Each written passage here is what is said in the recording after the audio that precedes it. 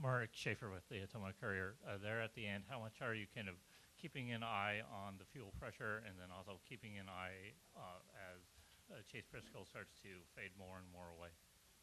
Yeah, I didn't really understand like if those guys were saving fuel as well, because I just kept saving more fuel and I kept getting a gap, and I was like, man, this is kind of weird. So yeah, I haven't.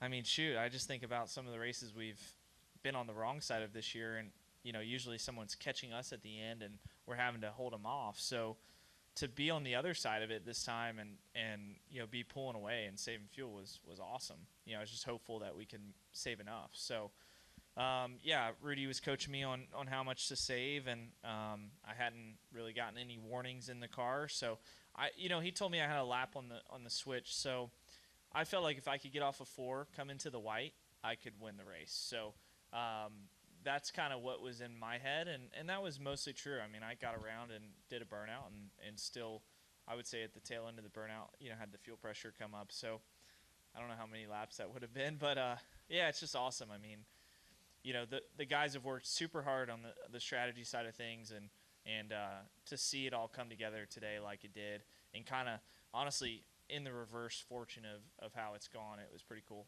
Ryan Kemna, the racing experts. Track position seemed to be the moral of the story today.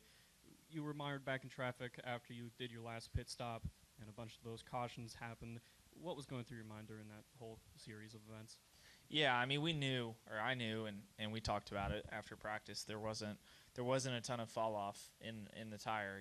With it, you could really kind of run for 30 laps. You could continue to run faster. So, there were several factors in that, but I knew like within the top 2 or 3 positions, it was going to be a battle of track position. But for us, we were kind of running, I think about around 5th to probably 5th, and we got that caution during the green flag cycle.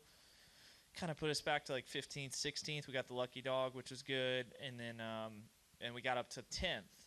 And when we got to 10th, we were like, okay, we're kind of up against guys who are going to take tires. And so we flipped the stage and got 4 tires. It wasn't really a call for, track position. It was really a call to have, tires to be on offense for the 3rd stage. And that was all going to plan, and that ended up being our last pit stop. So kind of crazy that was our last pit stop, but just the way that the cautions fell, it kind of forced our hand to continue to stay out, and we just went with it. You mentioned you were surprised there just late that nobody was catching you while you were saving gas, and you said it made it somewhat easier for you. But when you get to that late portion, just how hard is it for you to kind of turn your brain and say, all right, I've got to back off and save to get to the end, even though you want to get to the line first? Just how hard is it to kind of change that momentum?